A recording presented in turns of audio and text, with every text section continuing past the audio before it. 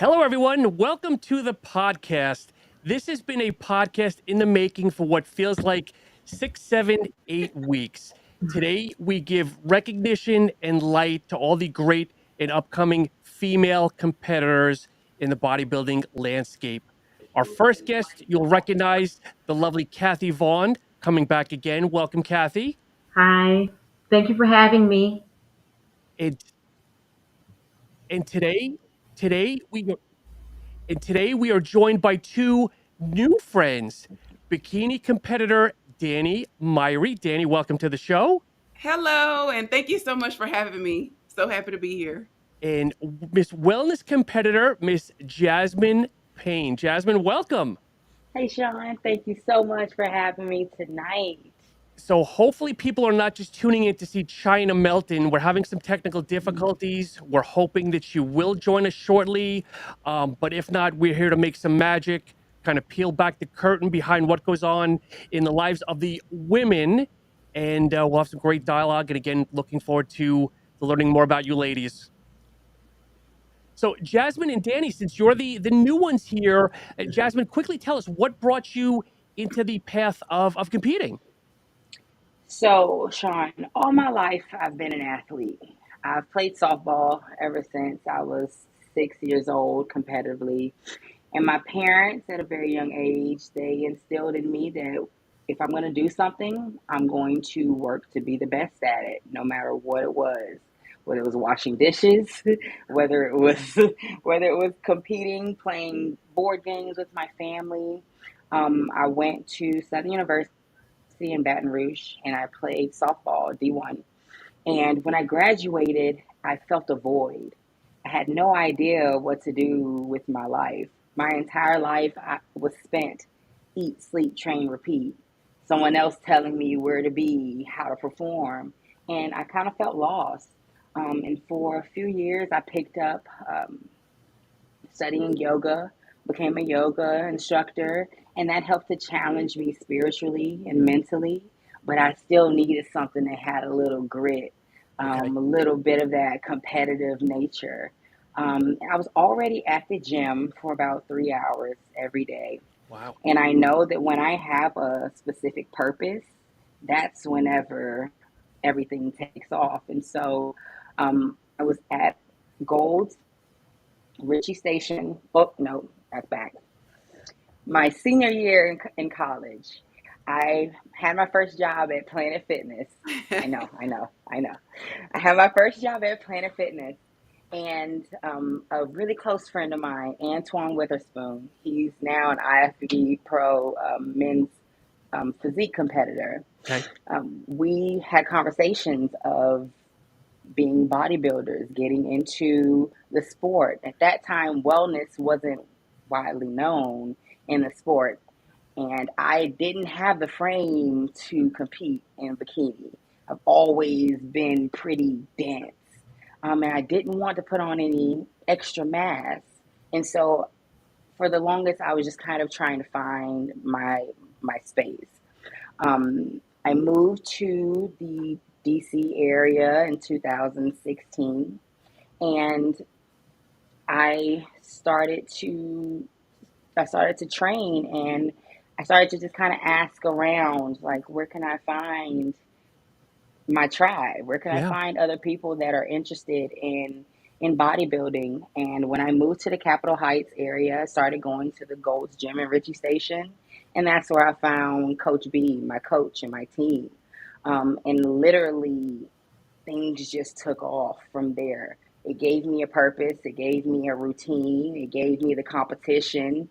It gave me the opportunity to show off and talk my junk that I was used to talking on the field in the gym. And so it just completed me in the exact same way that softball had all my life. Okay. Love it. Love it. And Dani, same question for you. Yeah, so I my story is kind of different. I'd play sports. I ran track. I played basketball. I was a cheerleader. And for anybody who say cheerleader is not a sport, it is. So I've always had an athletic background from middle school to high school. But after college, and even a little bit in college, but after college, I kind of didn't do any type of sports. I just kind of, worked out here and there. But what happened for me back in 2016, I had met my husband, and he was this health freak. And I was into working out, but I end up getting, engaged, and I wanted to look good for my wedding. So I immediately was like, okay, I gotta join a gym. I'm about to get married next year. So I end up joining a lifestyle gym, which is one of those like hot box gyms, not like a Yep. commercial gym. And I end up connecting with my coach. Oh, she was my coach, but she was my trainer, my lifestyle trainer in 2016. Her name's Jennifer Winters, and we were training. And then my cousin, who was also under her for lifestyle, she did a competition. And Oh I was wow. like, "What is this?" And she was like, "Oh, I'm training for a bikini competition." And I was like, "Oh, I was just so oblivious to it. Didn't know anything about NPC. Didn't know anything about any of the federation." So I went to her show, which was in Waxahachie, which is a show from between Dallas and Houston, a little small show. Okay. And I saw all these people get on stage and they getting awards, and people was just cheering for them. And I was like, huh, okay. Oh, this is okay. So when I got back home, I told my husband, I was like, I want to do that. And then it was so funny. The year that I got married, I was about to turn 30. So I was like, this will be great. I can look good for my wedding. I can turn, this will be a bucket list for when I'm 30. And I end up training to do my first show. And honestly, I didn't know nothing about it. If I would have known, I probably wouldn't even got on stage. Because I was fit, but I wasn't fit like what I see when I go back to look at those photos of the other competitors. And I did my first show, and from there it's like a tattoo. 2016 in July, I did my first show was Branch Warren Classic, and I did that show, and it was like, oh my God, it was like an addiction. I was like, I got to do another one. And then not even a couple of months after, I did the John Sherman show, which was like Okay. in October, and I was like, oh my God, I got to do another one. And then I did I did Branch Warren show again. But to be honest with you, as I was doing these shows, I wasn't really 100% like enthused every single time, even though the adrenaline was there. And the reason is because I am 5'11", and Oh there's not wow. that many at that time. There wasn't that many tall competitors in the sport. So there was once, a show where I got on stage and I was by myself, and I was just so ticked off because I'm like, I trained all these months and switch coaches and stuff like that, so I can go far, and I got on stage by myself. So my last show, it was just only three of us, I think, in the class, and I did take first, but I was like, but is it really first? So I was telling my husband, I don't ever want to compete again. And it's they don't like tall people, or where's the tall people? And in hindsight, I'm glad I did stop, because my husband and I, we were both ready to start, at the time we already got married and stuff. Um, and we were ready to kind of start a family. So I was like, perfect Okay. timing.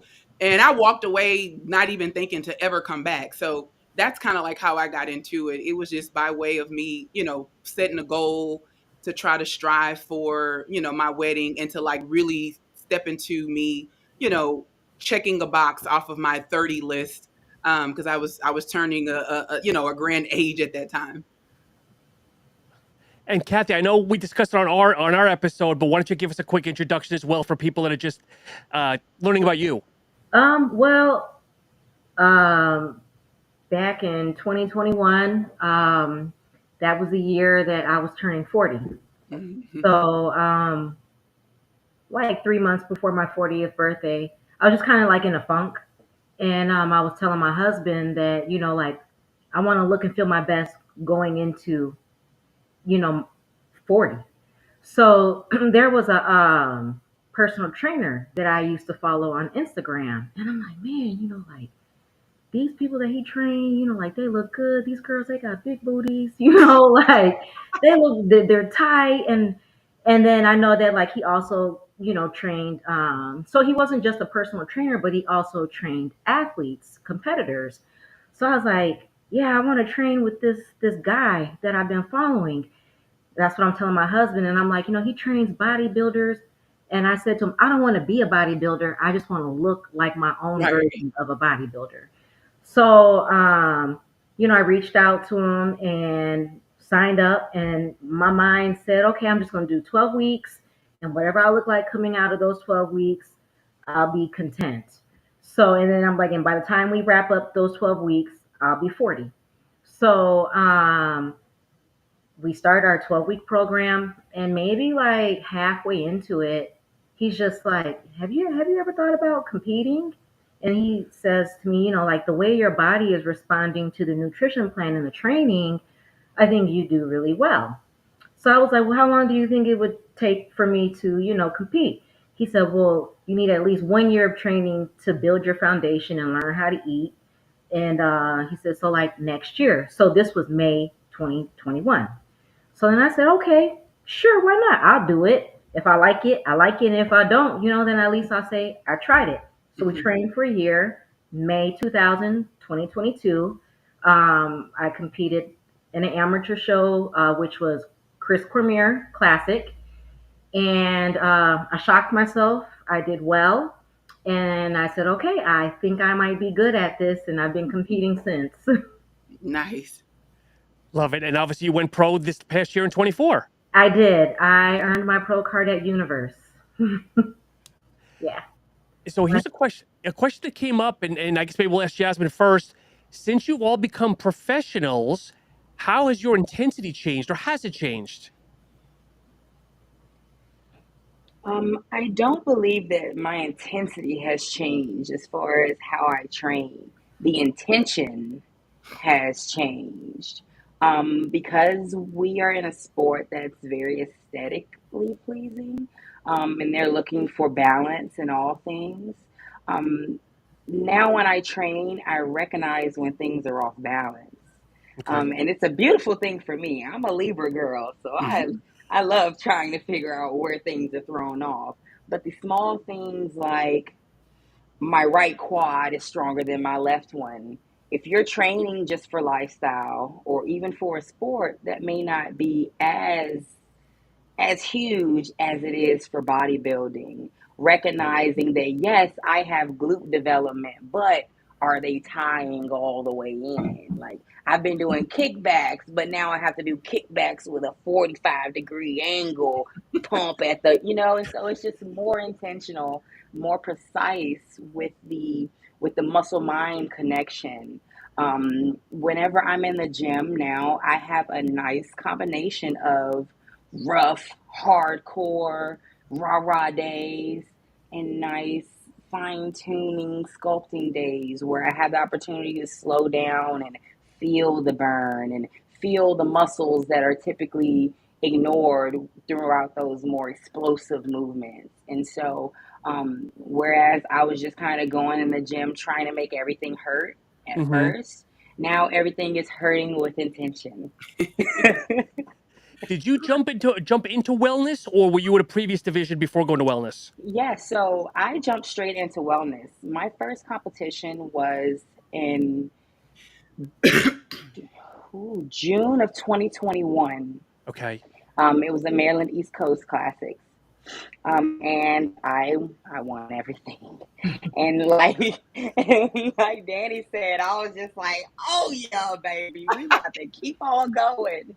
And so in July I did the Universe.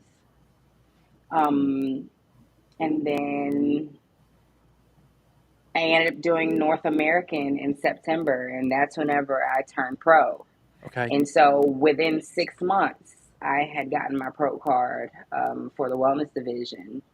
And whenever I got into wellness, I pretty much knew that that was the space for me. I looked around at all the girls, and I was like, ooh, they got legs.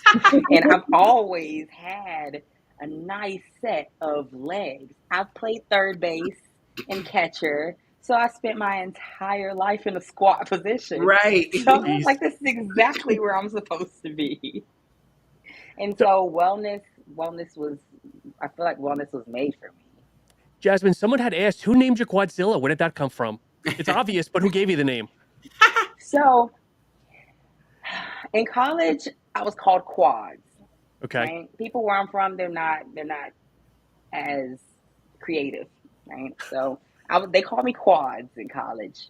And whenever I moved to the DMV area, I first moved to Germantown, Maryland, and I was working as a um, personal training manager at Anytime Fitness in Germantown. And there was a trainer there. His name is Derek. He actually used to be a bodybuilder, NPC bodybuilder, way back in the day. And I remember when I first walked in and I introduced myself, he was like, had shorts on, of course, always had shorts on. So he was like, "Oh man, you Quadzilla." I was like, "Baby, I'm gonna hold on to that. I'm holding on to that." And that was back in 2017.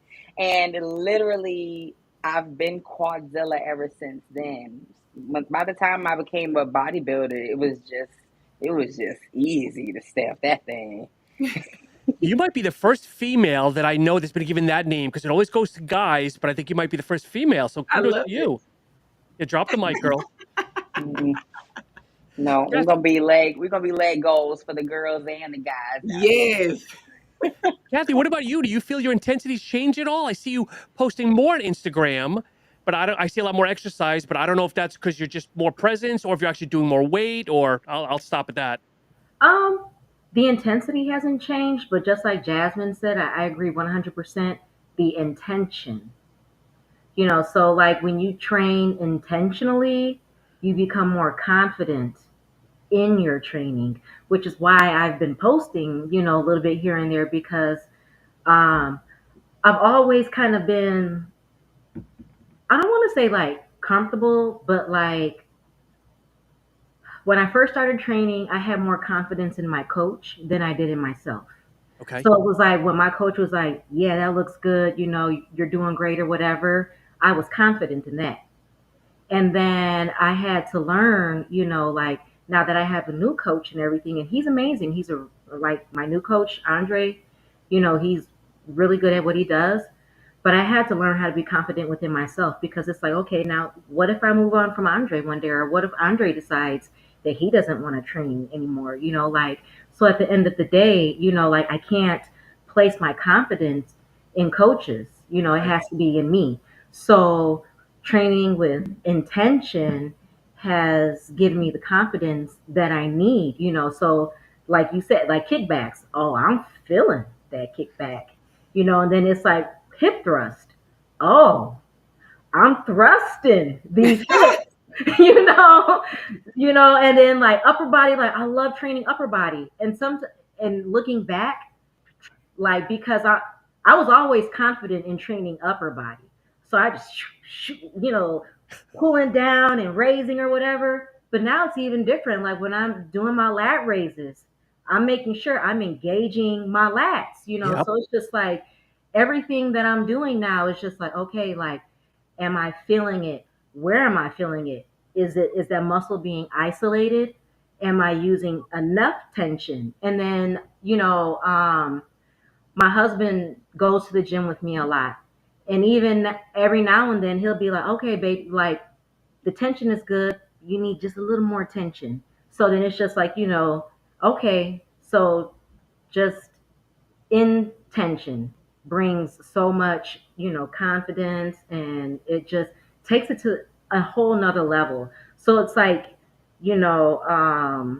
when when I first started training, it was always like intensity, feel the pump, chase the pump, Yep. feel the burn. But now it's like, okay, push, like push through that burn. And okay, now we're gonna pyramid up. Now we're gonna drop set. Now, I want you to give me 5 pumps as we come up, and it's different. So yeah, the mind is back to intention. When you're training with intention, the mind is engaged. It's just on a whole nother level, at least But for me. but Yeah. Kathy, by winning your pro card, did it boost your confidence a little bit more, saying I'm now here, I belong here? No, and honestly, I don't think it's really gonna sink in until I step on the pro stage because it's just Okay. like right now, it's like, I'm very grateful to have like earned my pro card. And like it feels good, because it's just like all that hard work, it wasn't in vain, like, okay, it paid off, like the training, the eating, the vitamins, all of it. Like, you know, I earned it. But now it's just like the mindset is not like I'm a pro. The mindset is like, okay, I got to level up because I don't know what they're gonna bring to this pro stage. So I Yeah. want to make sure that, you know, like my physique is top tier, my posing is top tier, you know. So like I don't think that IFBB Pro is gonna settle in until like after coming off that pro stage. All Then it's right. gonna be like, oh snap, I am a pro. I love it. I love it. And Dani, this is for you here. So someone had asked, obviously you're a mother of a few, and maybe Cathey will chime in as well. How do you balance training, nutrition, and life during prep as a mom? And you have multiple kids. I do. So, I know a lot of people like to use the word balance, but it's hard to balance. I like to use the word harmony. I really found harmony in my routine. And it's all literally about time management. For me to kind of take a step back, when I got on to January of 2024, you know, mom of two, I had a husband now. It was a totally different framework from when I was doing competitions in 2016, even though it was just for, you know, weight loss and wedding goals. I have kids now. So my goal at that time was to be better than what I was when I got off the stage, right? I Yeah. really had no expectations because I had just got off stage in maybe 2017, 2016, and I was, you know, one of three. So I was like, I'm coming back to this sport. I don't really have an expectation. I got kids. So even though I had that expectation, I still wanted to take it serious. In order to do that, I knew I had to really find time management with everything that I do. I mean, I have a full-time job, you know, I do social media, I have two children, and I'm a wife. And then I'm my own self. So people used to laugh at me, but I literally operate off of a routine. Like we wake up in the morning, my kids eat three options for breakfast, not by, you know, force, but by choice. My husband and I tag teams, carpool line pickup. I have my gym hours down to a science.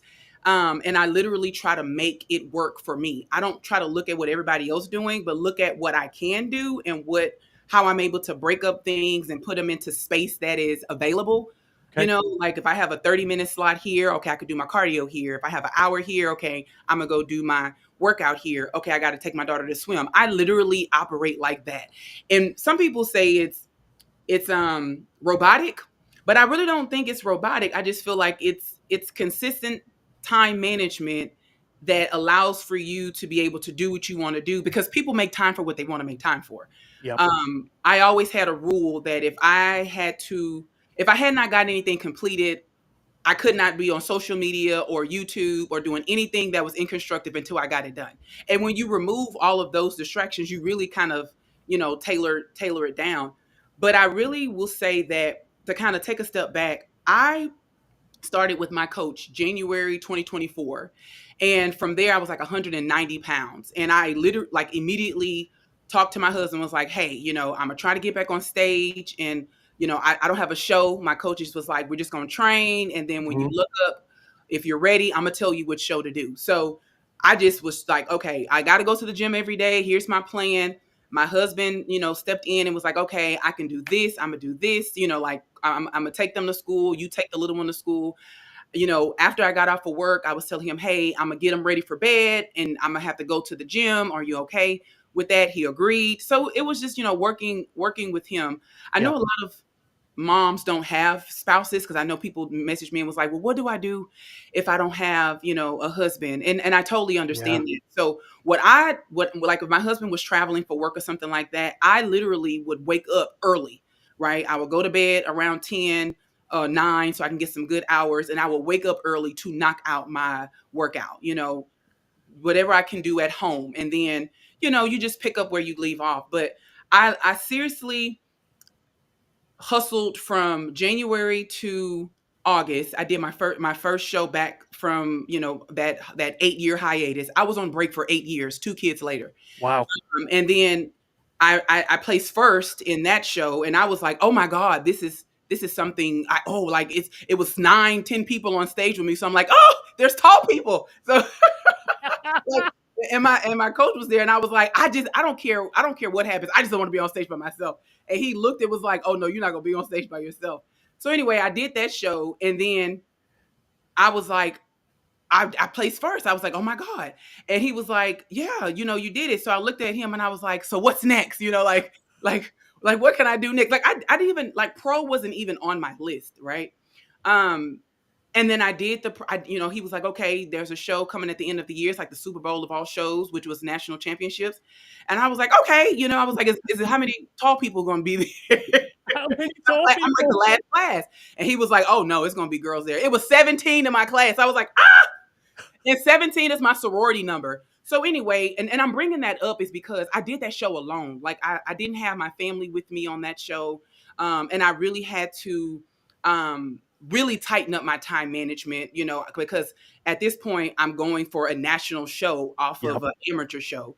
So, I made sure that, my kids had everything they need. I pre-prepped meals for myself, for my children.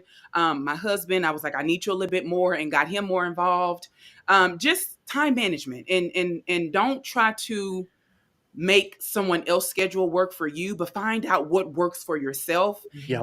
and tweak it as you continue to grow within that routine. I know that was a lot, but hopefully I was able to add some light with some comic to it. Dani, you're like a bundle of energy. Are you one of those moms or parents that has a big whiteboard with stickers and all that stuff, or no? No, Okay. I wish, but I no, never I'm see not. that with It's you for some reason. honestly, the way I explain to my husband is like I got like file cabinets in my head, and every file cabinet is like my job, my social media, and I know what's going on in every last one of those file cabinets. Or think about it like this: I'm a computer, and I have like all these windows open. If I screenshot my screen, you a gag. I have like multiple screens up, and one screen is like children and pickup. One school is like self-care, and I know what's going on, and I just literally put those screens into routine time frame order, and I just execute it. But I wish I was that savvy enough to have a whiteboard. You're like my wife. I get on her computer sometimes. She's got a Chrome tab with like 65 Yes, and my windows in a husband, he'll Chrome close tab. one out, and I'd be like, "What did you do?" Like, I Yeah, know exactly. something is missing. We need all those tabs open. Don't touch it. So, Cathey, for you, obviously, you're a mom of one. Yes. So how do you balance? And again, we talked offline. Your son is a little bit older. Yes. Yep. My son is 17. He's in high school. This is Oh, nice. his senior year. And grace. For me, I have to allow myself grace and remind myself that I'm not superwoman. Like, if I don't get the laundry done today, it's okay. I can pick it up tomorrow, So yeah, just allowing myself grace. That's what helps me. And then, I, not trying to get all deep or whatever, but I always remind myself too that my strength comes from the Lord. So it's just like, sometimes it's just like, it doesn't really matter what season you are in bodybuilding, whether it's your improvement season, your building season, your prep season. You're always going to go through a phase where you feel like your strength is just tapped out, your energy is tapped out, and it's just like, man, I'm exhausted, I'm burnt out, whatever. But it's just like I have to encourage myself by reminding myself that my strength comes from the Lord, and it's not just the physical strength, but it's the mental strength that's needed to get through, life, Yep. So yeah, so just grace.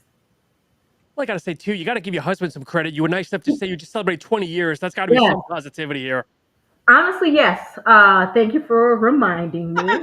But yes, my husband, he is very supportive to the best of his ability, because Sure. there are some things when it comes to bodybuilding where it's just like he doesn't get it. For instance, like I'm like, okay, this year, and he was like 100% supportive. I'm like, I want a new bikini. But what do you think of this color and this color and these tones? And he's like, baby, I don't know, But then when it comes to like the days where I need a push, like, come on, let's get up, let's go to the gym, let's get that cardio done, because there's somebody else out there that's working harder than you. Get up out the bed. So like, and my husband is a wrestling dad too. So like, Okay.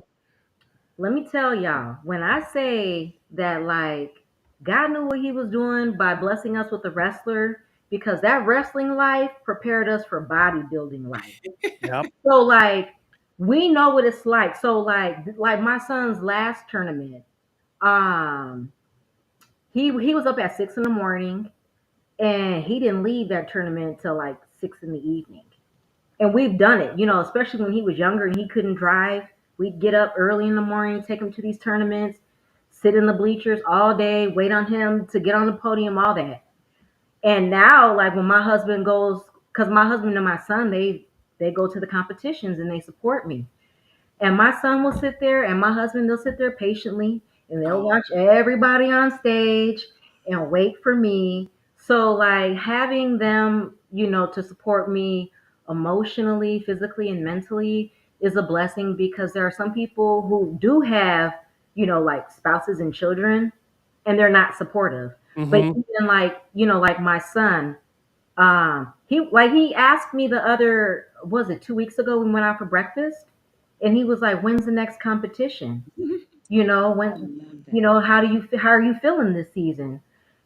So it yes. So it's not just grace, but also having a support system as well. Love it. Yeah. Love it. Mhm. Jasmine, with all the females that I interview, and it seems to be a common trend, is eating. Okay.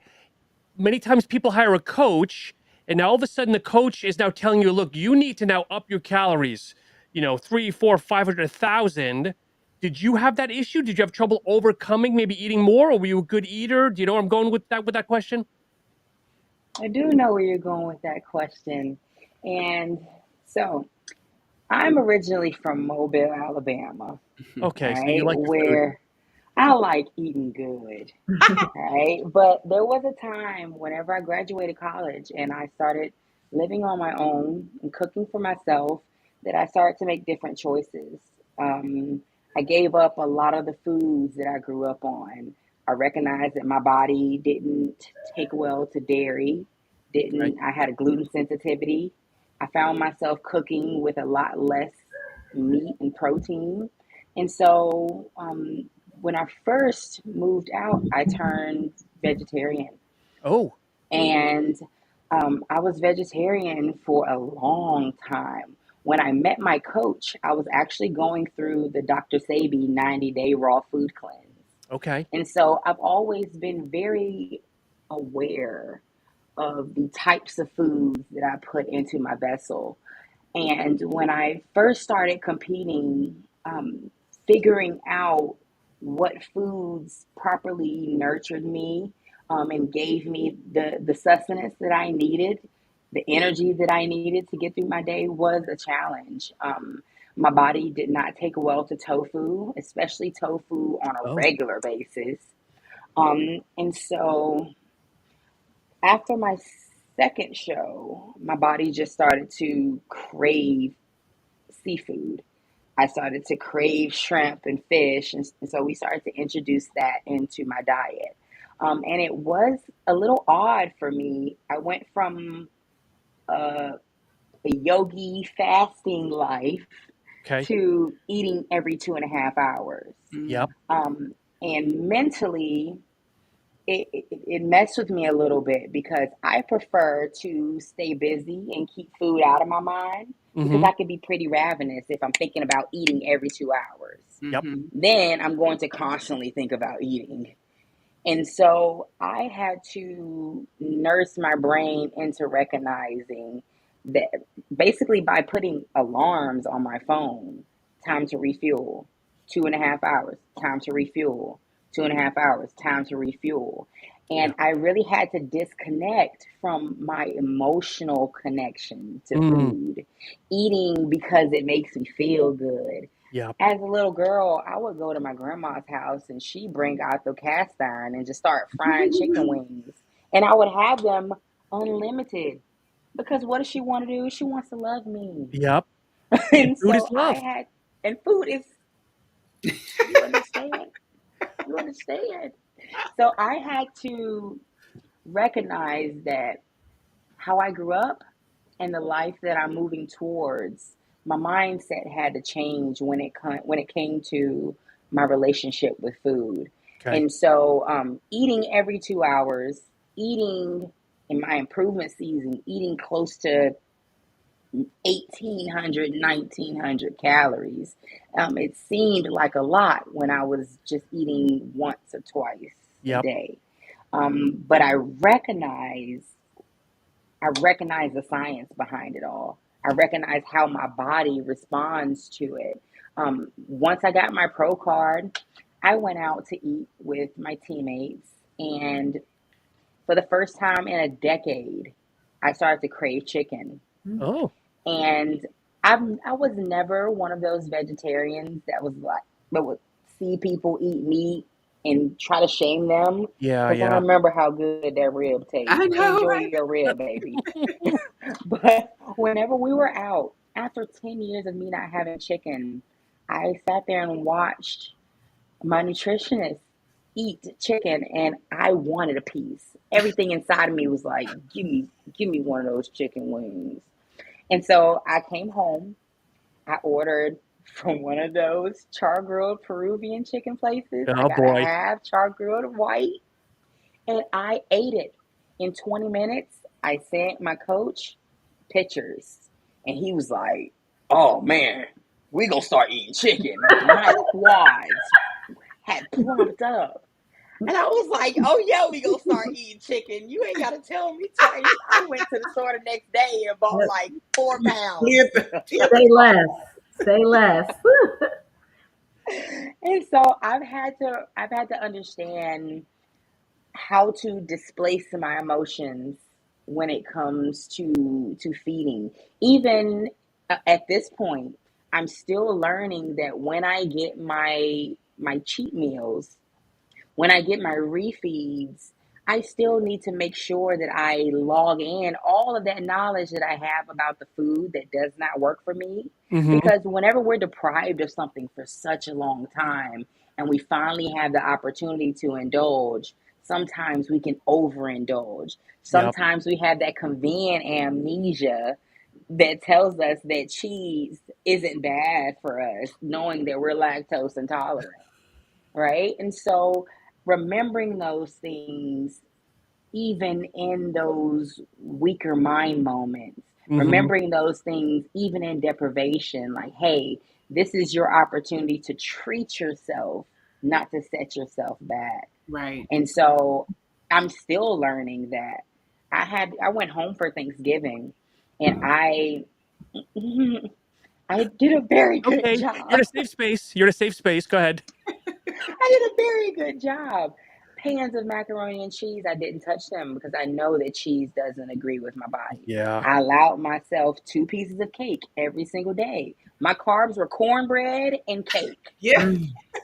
Use these, And I baby. knew that if I'm allowed to have this many carbs per day, it's going to be in either cake or cornbread. I know. Get that rice out of my gumbo. Get that roll off of my plate. Right. If it's not cornbread, I'm not eating it. If it's not red velvet cake, get it out of here. And so I had to recognize, like, Jasmine, you can still go home. You can still enjoy meals with your family, but you have to make sure that you choose those meals that fuel yourself in the long run. Yep. And Yep. back in the day, my family, they would give me hell.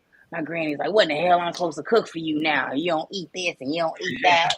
But now when I go home, I recognize that they're learning from me, Yep. because they're cooking foods that they have been cooking all their life differently now.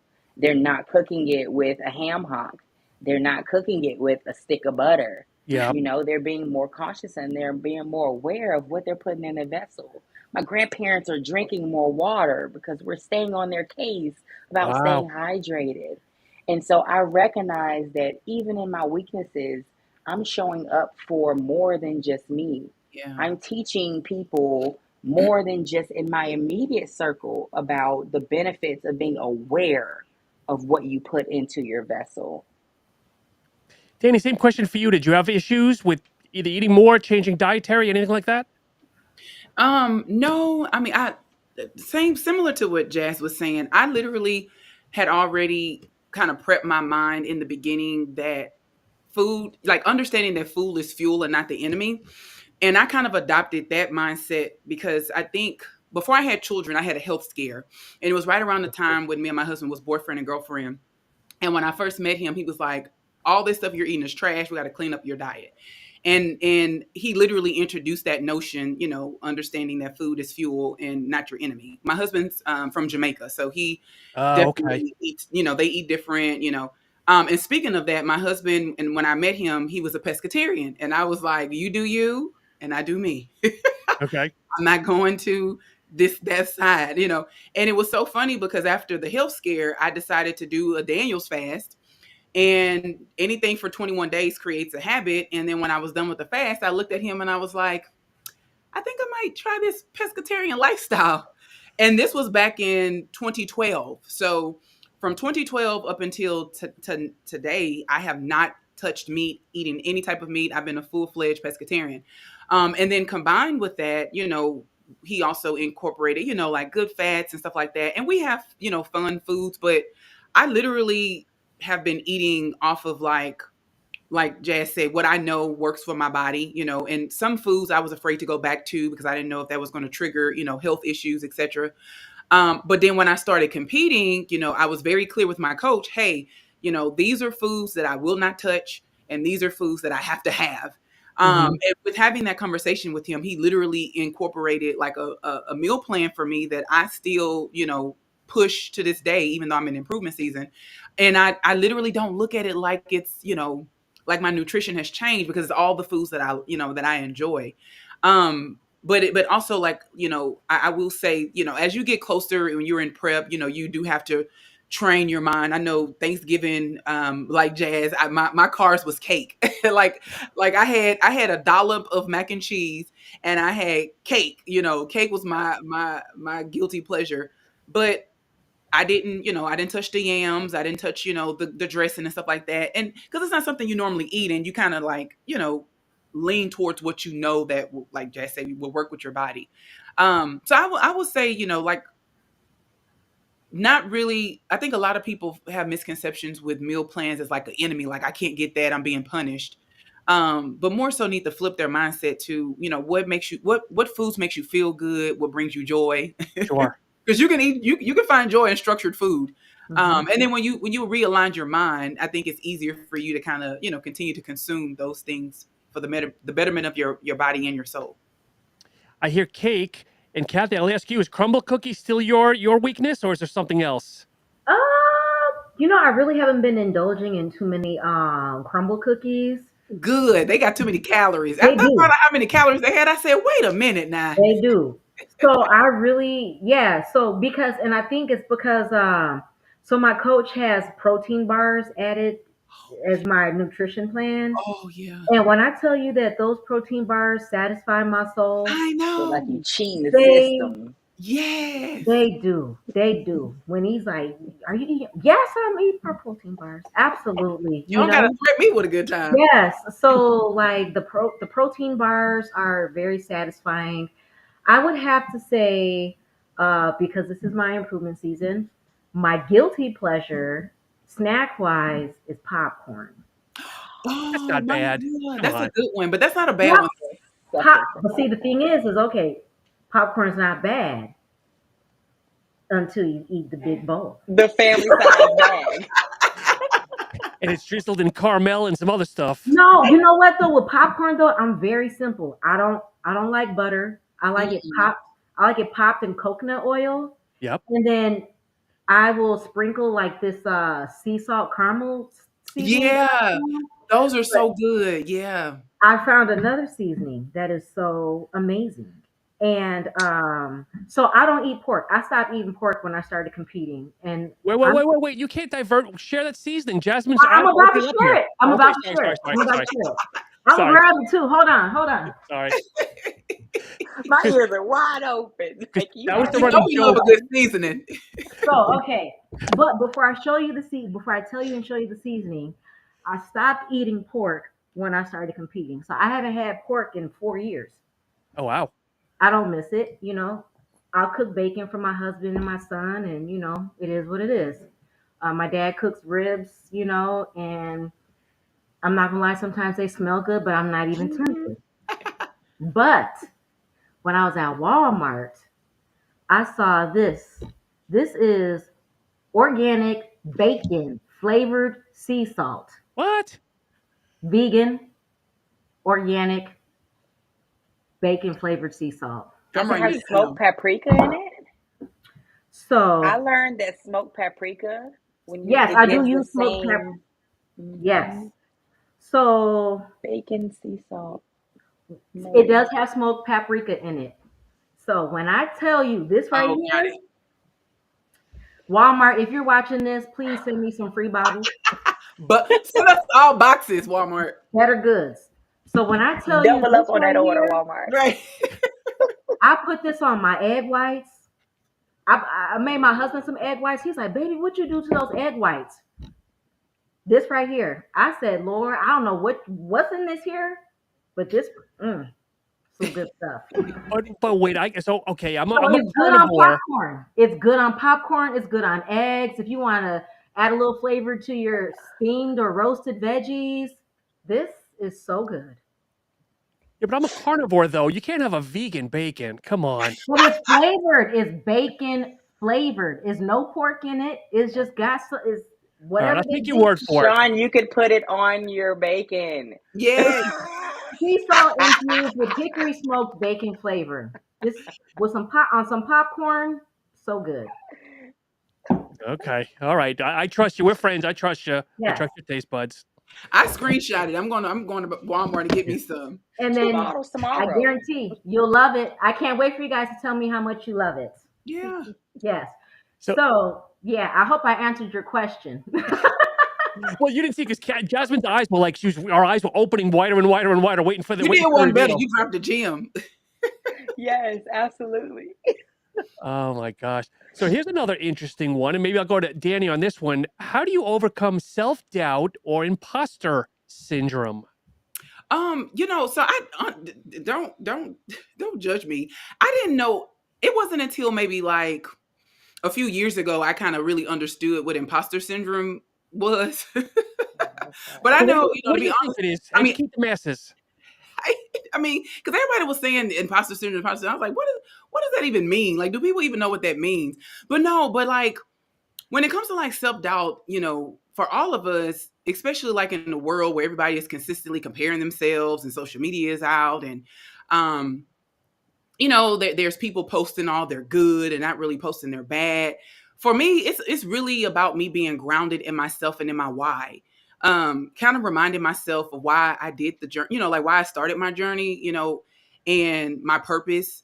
And I've been able to, like be a mom to my 2 amazing kids. My oldest is 7, my youngest is 2. Coming back to Wow. to the stage after 8-year break and stepping on stage again, as a stranger. I stepped on stage as a master. I had quit as an open youngie, and I came back and they was like, "You masters," and I'm like, "What is that? What is that? Y'all call?" But Dani, can I add something to you? Making the comment about masters.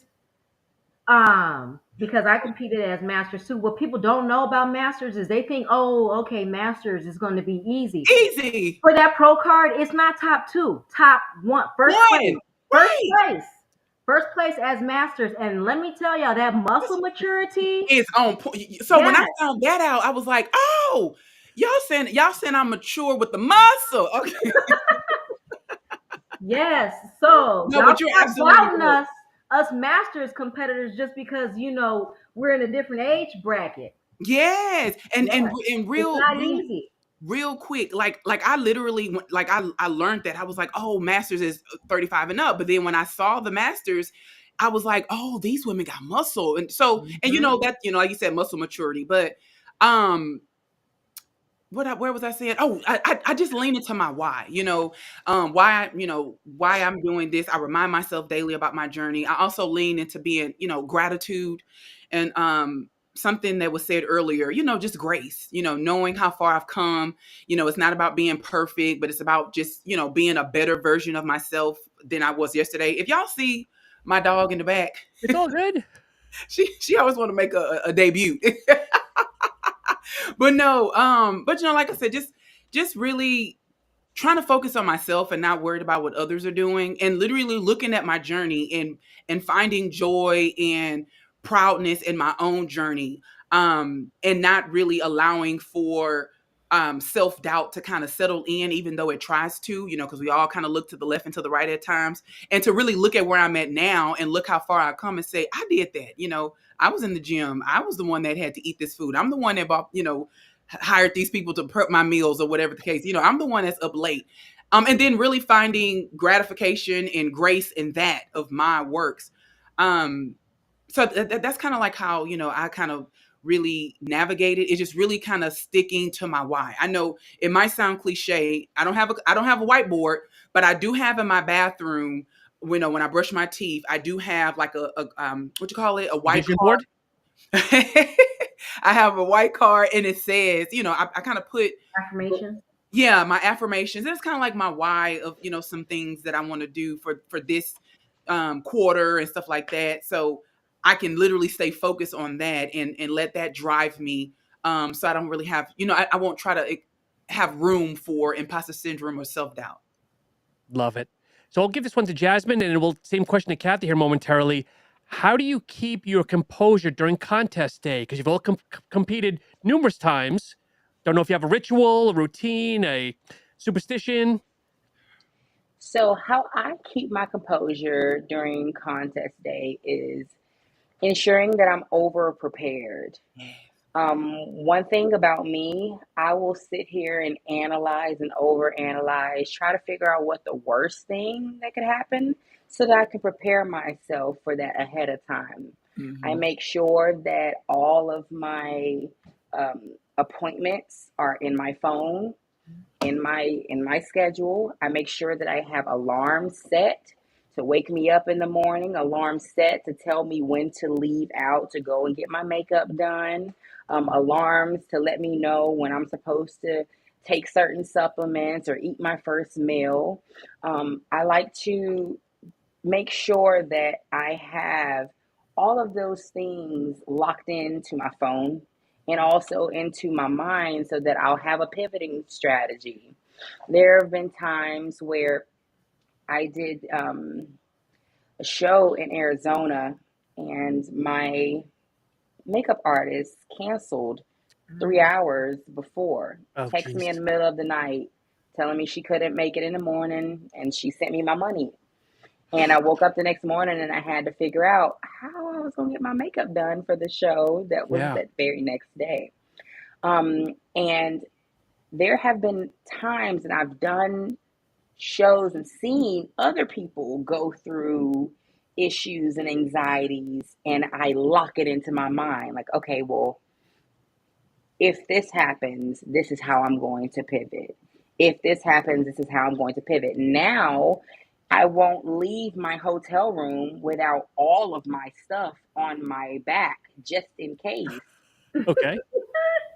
Spotlight. Yeah, celebration. So I won't leave out of my room without everything, because there have been instances where I've had to get my coach to run back to the room to get my number and my suit and my heels because makeup and tan ran over, or I was waiting for my time. And so a lot of the times situations have prepared me, and over analyzing the worst possible thing that could happen so that I could have a pivotal strategy. But what's most important for me is having a checklist before I even leave. I have a checklist that I go through every single time. What needs to be in my big suitcase? Yep. What needs to be in my side competition bag? What extras do I need? And I check everything off, and including the flight information, hotel information, show date schedule. I check all of my emails to make sure there are no changes in the show day schedule, because sometimes they throw an audible. And Sure. so understanding that life is about taking what you're giving and being able to respond to it, be it positive or negative, be it a challenge or whatever it may be. And so whenever you look at it in that sense, then it helps you to be prepared. And I've recognized that if you come into it recognizing that those things are going to happen, instead of you taking on a more anxious approach, you you have this sense of pride, like, nah, Mm-hmm. you're not gonna catch me slipping. I was looking for this to happen and I'm ready for it. And so that's my approach to just making sure that I come into show day with a calm mind, easy spirit. I have a playlist that I make out throughout my prep. Mm-hmm. Songs that make me instantly feel better, Mm-hmm. whether that's songs that make me feel all nice and jazzy, songs that help to zen me out, songs that help to knock out whatever attitude may be yapping in the back of my head. I put them on a playlist because once I get into a mood that I can't I can't seem to shake, I don't look for people in the external to take me out of it. I remember what energy worked for me this entire time, and I Mm-hmm. revert back to those vibrations. I love it. Kathy, what about you? Any ritual, any kind of routine? Um, some of the stuff that Jasmine shared, I do like I have my show day itinerary, so like everything like makeup artist, tan, all of it, um, playlist, and then also checklist, and then like as I'm just preparing for show day, like from the time like I'm leaving my house and then actual show day or whatever, everything that I need with me, I have to say it out loud, So like my husband is there, okay, I got my bikini, my shoes, I got extra tan in case my tan doesn't work out or whatever. So I mean it's pretty much the same, but then Okay. one thing that it took a while for me to learn was to just focus on me. Mm-hmm. So like being a mother and being a wife and like my family traveling with me, like leading up to show day and show day, it was still like the mom hat was on, the wife hat was on, the sister hat was on, the daughter hat was on. And finally, when I learned like, okay, this is my moment, this is my time, I have to focus on me and lock in, it just everything happened. So learning to just focus on me, stay in my lane, and not look at anybody else. Like, okay, like I'm not looking to see whose glutes are pumped, who's got the round shoulders, who has a snatched waist. I put in the work, I know how I look, and we're gonna bring, like that best package. So focusing on me. Do you have to have like stern words with husband and son and be like, listen, mom's time, back off, step Well, step out? no, because Or they just know it? I am like all about my family, But when I the show when I earned my pro card at Universe, which is crazy, um, my son couldn't come because he went to a wrestling camp. And Okay. the day that he came back from the wrestling camp was the day that I left Mm, for New Jersey. And then my husband, he couldn't go because he couldn't get the time off from work. So my husband is a police officer, a police okay. sergeant. So that was like blocked off. He couldn't take off because it was, it was the weekend of the 4th of July. And then my coach at that time, like he's gone to all my competitions, but he couldn't go because he had some personal issues. So like the three people who are always there couldn't be there. But one of my nearest, dearest friends, Desiree, she came with me and she read my energy. She matched my energy. If I was Awesome. hyped, she was hyped. If I was quiet, she was quiet. If I was laid up and my feet were elevated, she was laid up and her feet were elevated. So it was just like she just knew how to match my energy. So, and now I know moving forward, okay, like the next competition that I do, with my husband, baby, I just need you to match my energy. And Mm-hmm. as long as I say that, he'll be able to do it. And one thing that I have really learned in this is that communication is important. Yes. So Yep. like, because people are not going to know what you're going through unless you share. So they can look at you and be like, oh yeah, she's hungry. Oh, she's depleted. Oh, she's crabby. She hasn't had enough sleep. But they're not knowing that, okay, like right now I'm feeling insecure because I'm so shredded and I don't, like I've never been this shredded before, Yep. or they don't fully understand the nature of like how hungry you are, whether it is hungry for that next meal, hungry for a good night of sleep, or Mm-hmm. hungry for that win, you know? So it's taken a very long time for me to learn that I also have to communicate what it is that I need and what it Yeah. is that I'm going through. Right. So to answer your question, staying in my lane, but also communicating with the people that are in my circle. I guess that would be like my routine. Staying in my lane, keeping doing my checklist, writing everything down, and then communicating to those that are in my circle. Love it. Love it. As professional athletes, whether you love it or hate it, social media is part of your world now. And I consider professionals, you are a brand. So this is a question on Dani, since you seem to have it mastered, suggestions for building your social media brand. Because you balance your work, you balance both your family and obviously working out, where some people they kind of church and state. Like me, this is my world. My family is not part of that world. But I'm going to stop and let you kind of take the floor a minute here, how you manage it, what your thoughts are on it. Yeah. And this is like one of my favorite topics, like to talk about with everybody, just on, my friends and everything.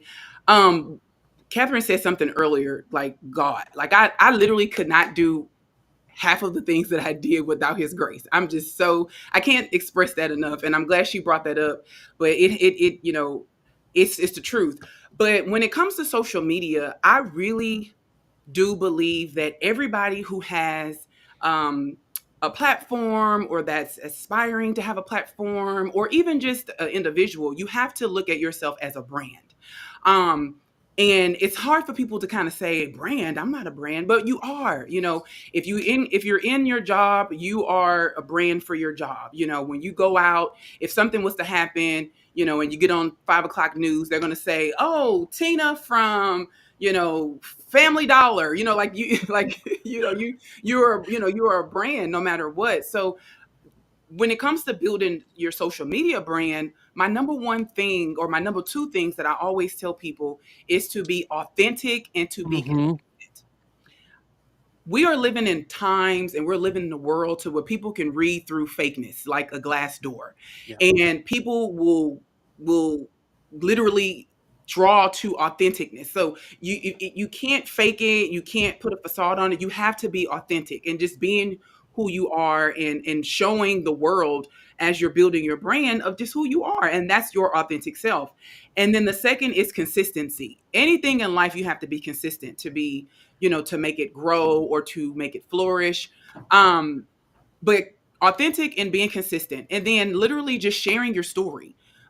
People want to hear real stories, because everybody is going through the same thing at sometimes. It's just different characters. And when you share your story, you really are connecting to people that's like, I went through that too, or I have experienced that too. And then you really connect on a different level, to Yeah. where you have people, yearning, or like coming, like flocking to you, or relating to you, not flock, relating to you, Sure. because you shared your story and they see themselves in your story. And what I mean by sharing your story, you share the highs, you share the lows, the struggles of what you want, you make it what you want. For me, I don't share all of my hardcore struggles, but I share enough to be relatable for people to see the authenticness of my brand. So for Mm-hmm. example, I have a post right now, to where in the beginning of the year of last year, I was 190 pounds. I had 6 rolls on my back, 3 on one side, 3 on the other side. And I literally, that this was the big back area. Everybody was calling the big back. And I literally was a big back, and just really sharing that story. I add a little comedy to it, but I didn't recognize myself in the mirror Yep. with the big back. And by me sharing that struggle and sharing it with people, and they like people can relate to that. um People relate to the realness of you. And I know, Sure. people are kind of afraid to share that, but just find out what you're willing to share within that authentic storytelling space. And then I also would like to say, don't be afraid to try different niches. Mm-hmm. People always say niche down, only do fitness, only do one thing. But you have people come to your brand for multiple things. When we go to Walmart for clothes, we go to Walmart for seasonings, we go to Walmart for diapers. Think of it like that. Not to say you have to have all that Walmart offers, but think of yourself as something that offers multiple faceted things. I have fitness. I'm a mom. Yep. I talk about motherhood, fitness, balancing or finding harmony in the busy life, and then just really providing value. I feel like everybody now, when it comes to social media, is trying to talk about themselves, but we really have to think of ourselves as servants. How can we serve our community, the people that are coming to us for advice, especially with the platform that we are building for ourselves, such as bodybuilders, professional pro athletes? What value can I focus on? You can have some of the focus to where it's about you, but prep your brand to where people are coming to you to find value, whether it's tips, whether it's humor, whether it's inspiration, and then engaging with people, engaging with your audience, engaging. And when I say with people, people look for friends and family to be champions of your brand. And that's not always the case. Yeah. It normally be those who, you don't know, so engage, don't be afraid to speak to them, engage with them, explore conversations, with them, find out what means important to them, what do they enjoy about, your brand. But I feel like when it comes to building social media, I feel like people really have to understand that being authentic and being consistent is very important, even when you don't see results come from it. I had a friend who shared that, she wanted to quit fitness, and it broke my heart because she was equivalating her likes and her views as to the impact she's making. And it's so funny because, she didn't even know she impacted me. So you just never know who's watching. You never know who's learning from you. You never know who you're inspiring. People who you inspire or who you are are motivating, they don't always like or wave, hey, they don't always say hello, so don't look at it like that. Just find something that you enjoy, which is why you want to try different niches out. And when you do that, you won't look at it as like, oh, I'm just being an influencer. You're just doing something that you love. And then whoever draws to it, they do. And, whoever benefits from it, they will. And then more will come, and you will continue to grow because you're being authentic to yourself. And you won't be burnt out because you're doing something that you really enjoy versus being inauthentic, doing something that the next person is doing, and then it's not really you. And then now you have to wake up every single day to try to do something that you don't really like doing. That's like me cooking. I don't cook. You won't catch me trying to do, you'll see me doing a little meal prep, but you won't catch me talking about cooking. And no, because then I will get burnt out because I know I'm not a cook.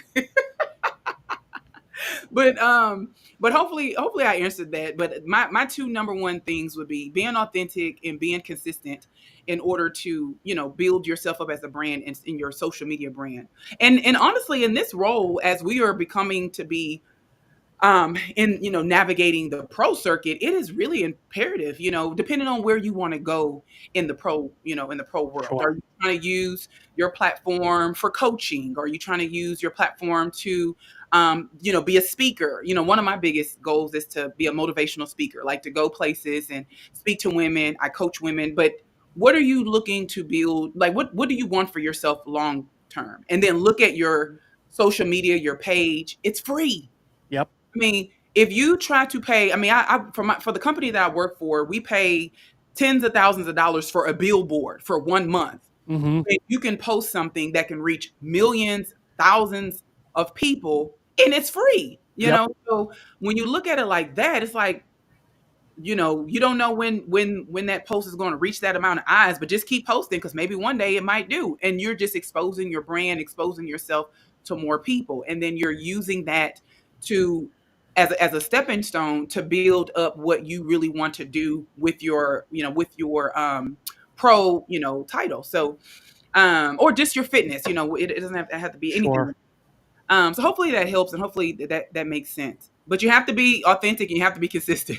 Yeah, I agree. Jasmine, you've got a fair amount of followers too. Do you have anything to add? Any kind of tricks that you follow yourself? The only thing that I want to add to that is just post the shit. Post it. Just post it.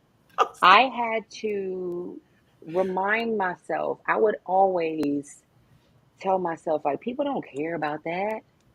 You know, I will take my pictures of my check-ins. I will put them pick stitch side to side. I will look at it and it would just stay in my folder. I'm like, people don't care about that. Only I care. And then I post it one day and people are like, oh my gosh, this is where you came from. This lets me know that I can do bodybuilding too. And I'm Yes. like, Yes. crazy. Like, this been sitting in my The album for drafts. like 6 months. And so my advice is don't sell yourself short in recognizing how awesome you are. I know. I Because love as that. Dani said, like, there are so many people watching your journey that you don't even know are inspired by the simple fact that you just get up every single day and keep on doing it. Yeah. I've had people reach out to me. I wake up in the morning, I'll be on Stairmaster taking video, like, get up and get it. Next thing I know, 3 people come up to me in the gym and they like, They man, I got didn't up. want to Yeah. this morning. But seeing your video, I felt like I had to get Right. up. You I know? feel like you called me And out. so my advice to people who are out there just trying to figure it out, like, you may not have it figured out until you just start posting shit. Yeah. Yep. Just post it. And whatever you get out, that will let you know where your passion lies. Mm-hmm. I Yep. know that there are times I don't set up the camera because setting up the camera to try to find a perfect angle pisses me off, and it takes me out of my zen and out of my mental space to get what I need to get done. I do body work. I do a lot of stretch and release and posing correction, and sometimes setting up the camera to help to heal someone. It takes me out of that space. Yep. But I recognize how beneficial it is for people to see me Yeah. outside of just Quadzilla the bodybuilder. Yeah. Yep. Or me outside of just Coach Jazz, the yoga instructor. And so for people to see that, oh, not only is she a bodybuilder, but she Mhm. also does yoga. She also used to be vegan. That lets people know, no matter how they can relate to me, that they too can have the same exact story. Right. But at the end of the day, if I continue to sell myself short by thinking no one gives a damn about what's going on in my life, then I sell everyone short from the opportunity to learn and to connect to my experience. So my advice is just post the shit. Post it. You need to put that on a shirt. Just post the shit. Just post the shit. I do need to put that on the shirt. No, she's right. I remember one day, this was a while back, like I was like, oh my, I don't got my wig on. And I was like, I'm just gonna get online with a bonnet. And I got online with a bonnet. It was a turban, but it's weird because people, like you said, you don't know who is watching. And some people's like, I wouldn't go to the gym, but you had a bonnet on. I said, I'm gonna go to. So you just never know who you are impacting with your story. Your story, as long as you are authentic to your story, I mean, you can really impact so many without even knowing. And I feel like we live in the world of like instant gratification, right? Yep. I started, you start your brand. Oh, I don't have this amount of followers or people not liking. I want it instant. It takes time, but you just Yep. never know. I saw a visual that if you really look at how many 100 people is, like 100 people coming to clap your hand in 1 hour, you will be overwhelmed. And you'll be like, oh my God, I want to cut my hand off because I don't know how many germs. That is a lot of people, right? But when you think about 100 people liking your photo, you'd be like, oh, they get it. So just don't worry about it. Like you say, just post it, get it out.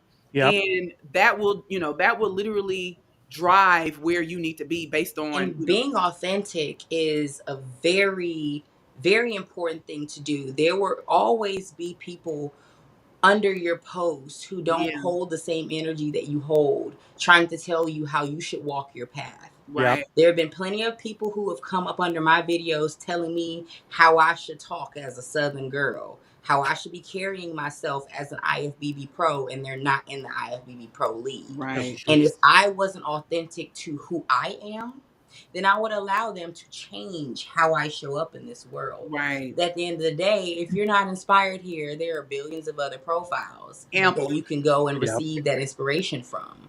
And I've had to literally tell people that, like, listen, this might not be the place for you, baby, because I'm gonna say what I gotta say.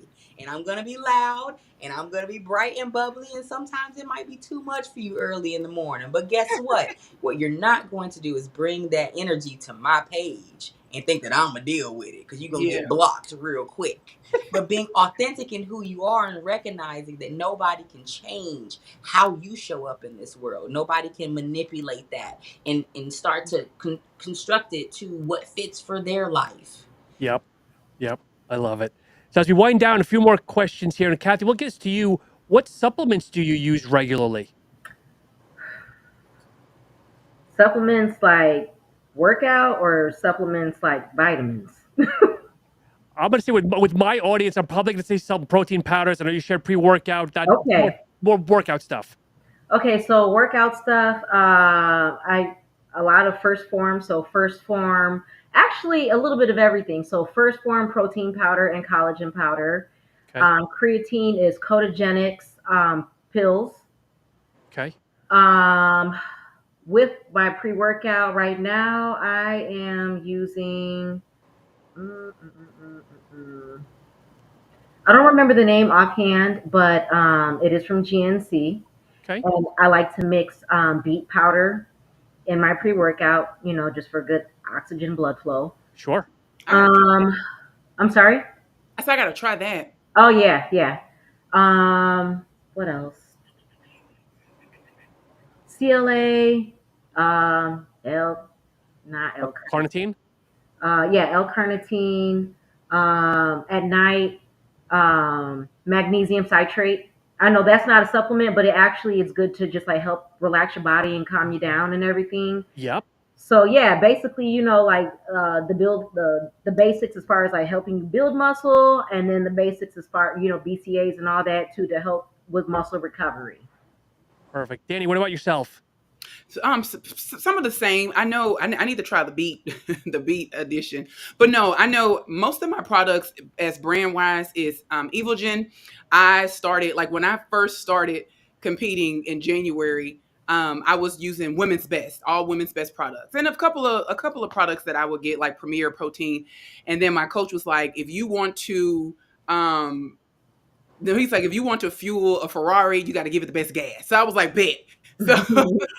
So from there, I do my magnesium, I do my turmeric and cumin, I do CLA, creatine, I do glutamine. I also do, protein. I don't really do protein powders now, besides like a protein bar. But early on, when I was building, I did do protein shakes after my workouts. And I also do ashwagandha. I take that. Yep. And I take biotin. I'm a mom. My edges, I'm Sure. trying to fight for my life to get my edges back. So I take biotin I take a probiotic. Women have to, make sure that their inside health is good with that. Definitely. And then I also do my pre-workout. I do pre-workout, and then I also take a fat burner, but I can't think of it's an Evogen fat burner. But some of the same supplements. I really do believe in getting good night's sleep on your own. But when Sure. I do need a push, I do take a 3 milligram melatonin. Sometimes when we work out, our body is still like under in certain type of adrenaline, depending on what time you work out, even if you don't take a pre-workout. So the 3 milligram melatonin kind of gets me a good night's sleep without me being groggy the next day. Got it. So Jasmine, here's a question for you. What food or shake, worst food or shake you've had to endure, I guess, during prep? I've heard some people do crazy shakes or foods, anything just your coach made you eat and you sucked it down regardless. Yeah, so there are two things. Back in the day, when I was very vegetarian, I was using a flavorless protein powder. And it's only because it came in a 7-pound jug off of Amazon. But the only flavor I had in there was a handful of blueberries. And it tastes like cardboard and blueberry. Barely blueberry. I call it my barely blueberry shake. So that one, I just pretty much had to put a whole bunch of ice in there and hope the ice didn't melt and it didn't start to separate before I finished my cardio. And I Okay. just kind of had to suck it down, which actually became a lot easier because you know how you wake up and you look forward to that first meal. Yeah. Your stomach is just like, I don't care what it is, just get it in there. And so that shake was pretty horrible. Now I do Ghost or the Only What You Need protein shakes. They taste a whole lot better. Another thing that I used to have to muscle my way through was cod. Oh my Oh, okay. gosh. I can't even attempt to eat cod now. I don't care if you fry it up and put it in a taco. Cod will never see me again. When I think of cod, I think of cardboard. it Cod reminds is me of so those big disgusting. pink erasers that we used to erase with back in the day when we were in school. Yep. That's what cod got to the point to where it just tasted like erasers. I feel No like matter you can't what I season it. seasoned, even if I had that bacon seasoning, Right. that mug will be I'm with you on that. eraser. It just doesn't absorb season. And it's rubbery, and it doesn't matter. You could take a whole lemon and squeeze the It's whole so lemon dangerous juice. to eat it and talk at the same It's time, or to disgusting. try to eat it and breathe at the same time. I remember one time I was driving, trying to eat the cod, Too much and crack I had in the car. finished my water when I got in the car, and I forgot. So I went to go pick up, and I'm trying to like chew and drink. I inhaled a piece of fish, had to pull over on the side of the road because I was just coughing. I thought that was gonna be my time. I thought that I was gonna die by cod. Yeah. And so now I won't allow myself to even look at it in the store. Like Cathey, any horror stories yourself? No, I mean, I'm with Jazz, like 100% cod is so disgusting. I will eat tilapia if I have to, but like that tilapia better be dry. But like, I would have to say the weirdest thing I had to eat when I was in prep, when I looked at it and I was like, okay, was almond butter mixed with rice. It was like, okay. Oh no. Ooh. But when I tried it, I was like, I'm like, It's I'm bomb. hungry, but it was fire. I was like, I think I can eat this. You remember back in the day when we used to put butter on rice, or was that just me? That was Oh, me yeah, too, no, girl. And sugar? But No, that's no, sugar. butter, salt, and pepper. Yeah, and then you throw the nut butter on it. Oh, it brought me back. So, Dani, my mom is Filipino.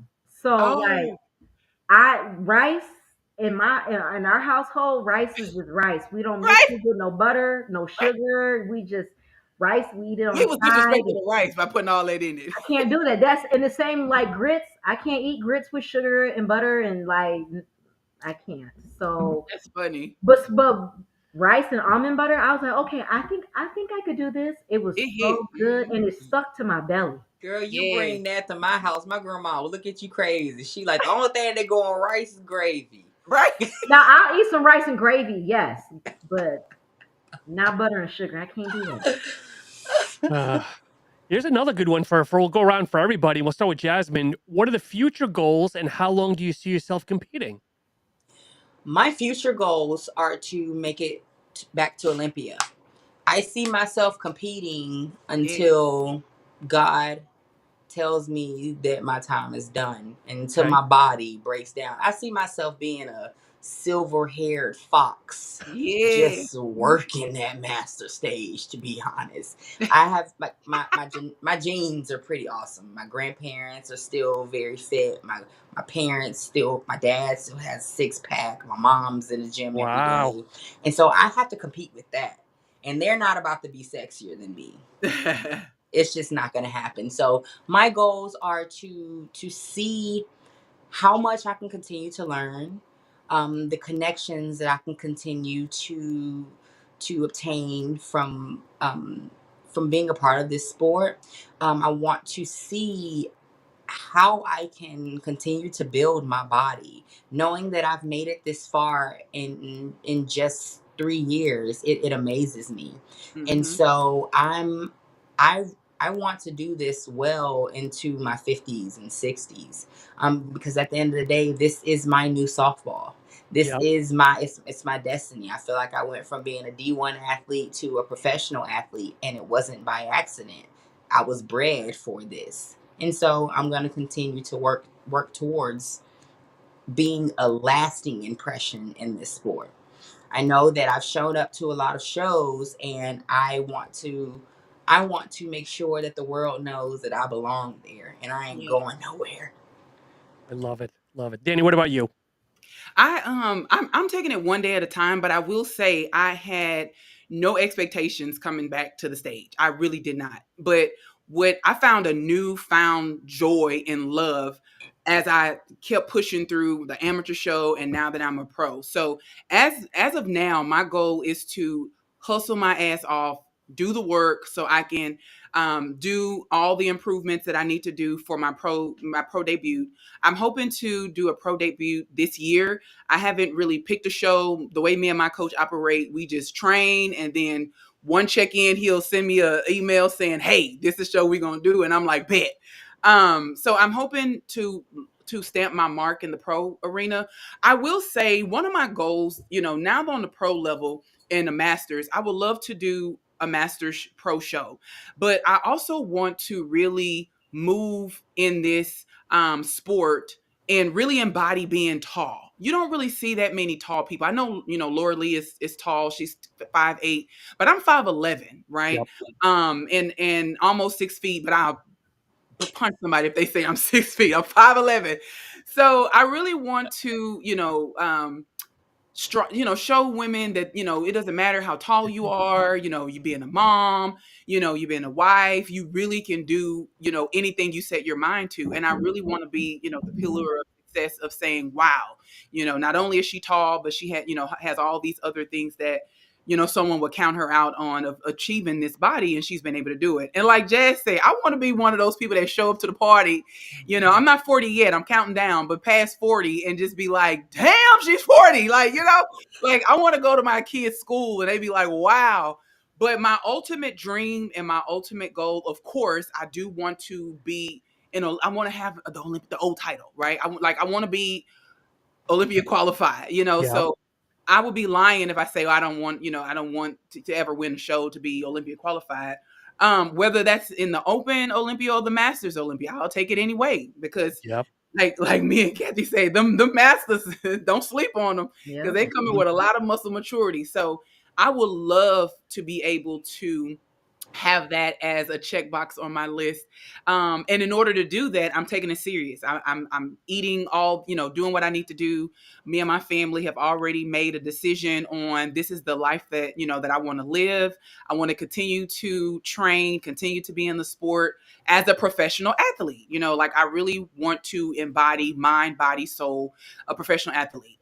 That's who we are. We are professional Yep. athletes. And I really want to, um, represent the IFBB Pro well, and I'm excited of all the changes that they're doing to the sport. So it's just going to get greater, and I want to be a part of that ride. Yep. Cathey, go ahead and let us know. What do you think? Ultimate goals. Two ultimate goals. One of them being first international show. I want to compete in the Philippines. Oh, Nice. wow. Yep, represent, my mom, my family. I have Yeah. a lot of family in the Philippines that I haven't met yet. So Yeah. I would like, for my family in the Philippines to see me on the stage and just see the Love it. country. And then the ultimate goal, same. Oh, doesn't matter if it's open or masters, but I would love to, see myself on that Olympia stage. Mm-hmm. Hmm. Are there currently Philippine shows now, or you're hoping there will be? No, they do have pro shows in the Philippines. Yes. Excellent. Ooh, Yes. Excellent. that'll be so awesome. Yes. So yeah, and then of course, like the other goal, within the area is Chicago Pro. I would like to do Chicago Pro one day because I have family in the area. I'm from the Midwest, and that would be Yeah. dope. So like those are the three goals. I guess you could Yeah. say. Yeah. Okay. Now, Yeah. this is a quirky Sean question, and Jasmine and Dani, I always have to ask a weird quirky question. Okay. I like Quirky. There's a knock at your front door. It's either your favorite athlete or actor, actress to take you out for a night on the town. Who is it, and where do you go to eat? Jasmine, go ahead. Dwayne The Rock Johnson. Yes. And it don't even matter where we go. I was gonna say, you leaving your house? Yeah, we're definitely leaving. I want people to see me with him. I want people to see me. You gotta see me. We'll probably have a day. Like, we're definitely going to the gym. And then I'll probably take him to my favorite, like, halal spot. Okay. Get him something nice and clean. And then I'll go and show him off somewhere. Everywhere. Everywhere. Exactly. That was Cathey, an easy one. Cathey, I know you're happily married, but take off the marriage hat if you don't mind me asking. Thor. Ah. Ooh. Chris Hemsworth? Yes. Okay. Mhm. And where would you go?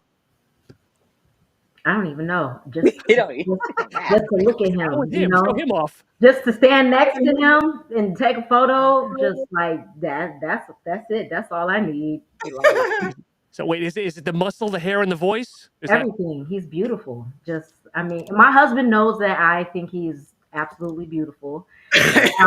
So Thor, like, if it was a man, it'd be Thor. Now, if it was, like a female, we're gonna hang out, and I've shared this with my husband too.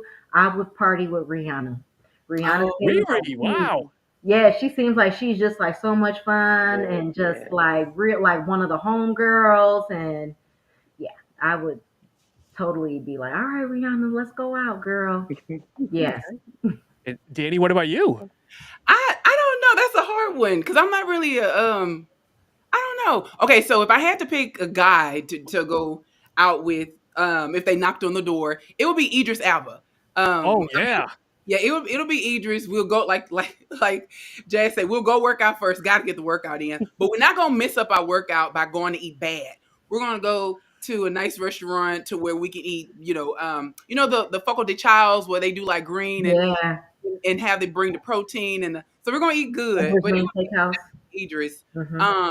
But he's it but tall too. He's tall. He'd match up. He's chocolated. My husband's chocolated. Well, okay, that's good. I love it. I love Idris. I love him. Yeah. So it'll be Idris for me. So I want to give some quick shout outs here as we wind down. A couple of people that are watching. If I mispronounce anybody's name, we have Latanya Estes saying hello to Cathey.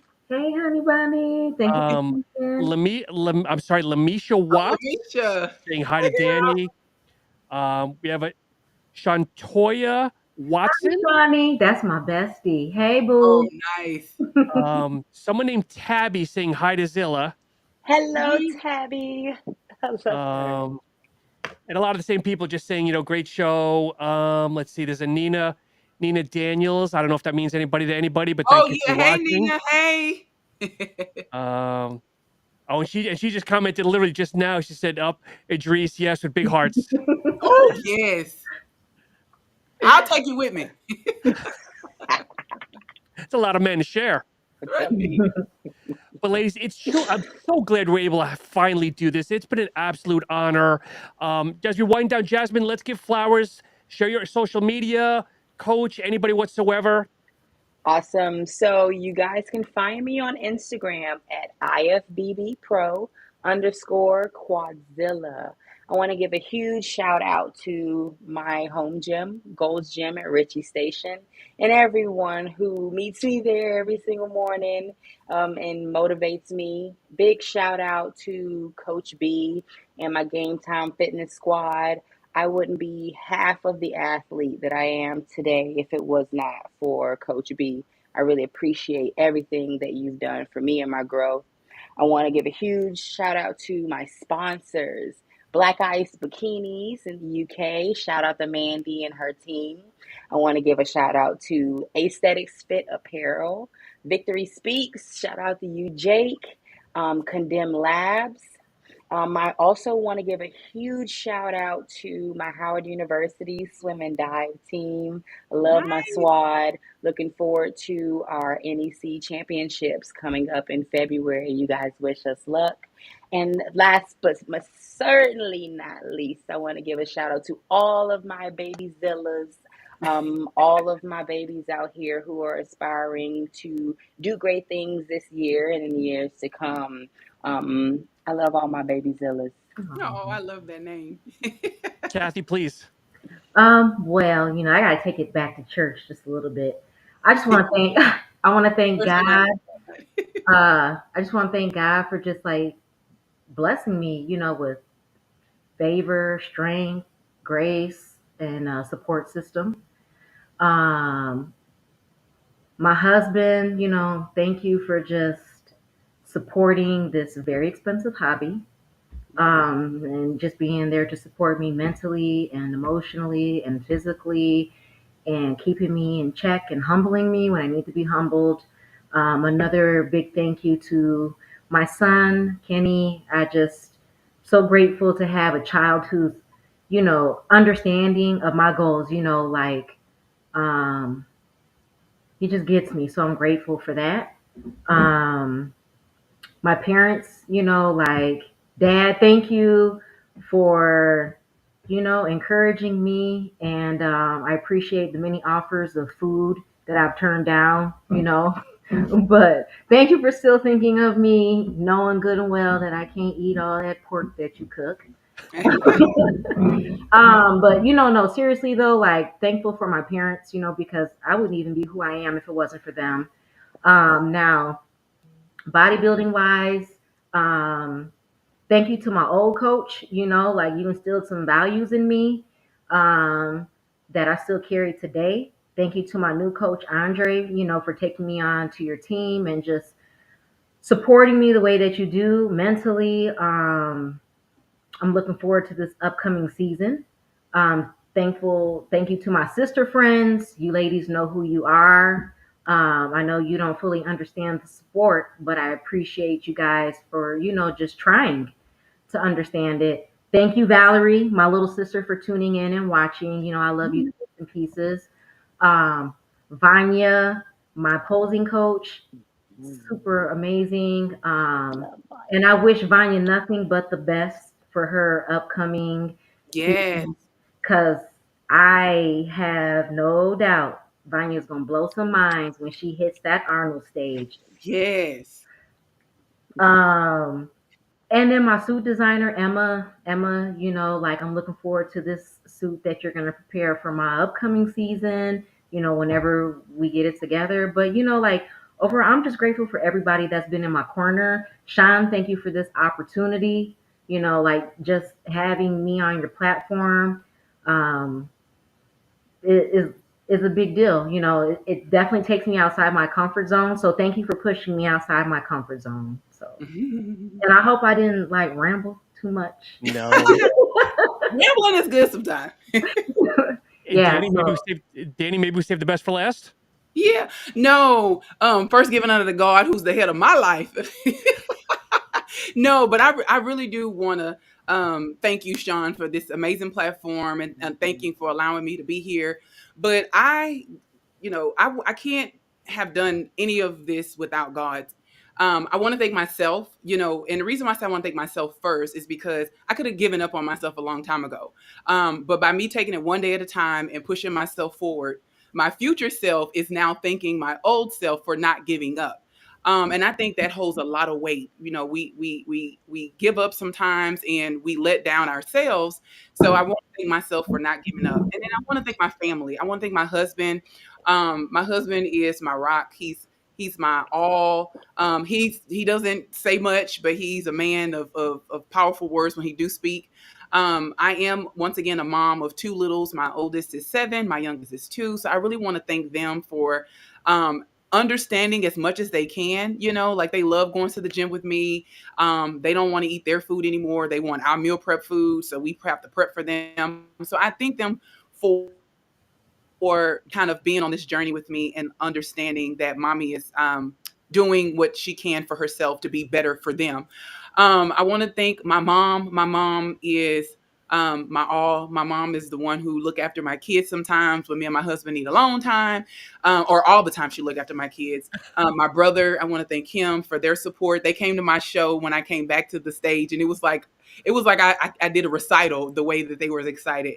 I do want to thank my community, from my social media community to my app community. I do help literally over 100 women kind of tailor them, find themselves and like really find joy with working out, what works for them. So I thank them for always supporting me, because they don't know how much they inspire me.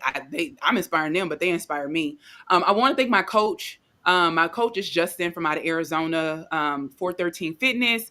That man has literally molded me from big back to now IFBB Pro in 11 months. So I really want to thank him, because my only goal was to not to be on stage by myself, and he did that and much more. So thank you, Justin. I really appreciate it. And I just want to thank you ladies for, being on this podcast with me. I feel like I have two new friends. So now now that I'm following you guys, I'm be saying stuff in your comments and stuff. Hey girl. So hopefully one day we can meet in real life. I'm looking forward to it. But am I leaving anyone? I want to thank Toxic Angels, Kat. She created my suit. So I'm excited to embark on. I don't know. I might keep my green. But thank you. I want to thank them. And last but not least, everybody who's watching, thank y'all for being here and tuning in and supporting us. We appreciate it, as we be authentic and true to ourselves, sharing our journey. Love it. And again, I want to say thank you to everybody watching this evening. If you want to see more of these ladies, comment below, reach out. I mean, hopefully this is going to be one of many. I just want to also say, China, we love you. She's the one that put this together. And Thanks, China, for bringing us together. I forgot. Thank you, China. And she had Thank some you technical so much for being difficulties. awesome, China. Yeah, she's the glue. But as always, guys, thank you so much for supporting me. Keep eyes on these lovely ladies, because believe me, they're going to be doing some damage and some real important stuff coming up. But as everybody, thank you so much, and have a great evening. Thank you. Bye. Thank you.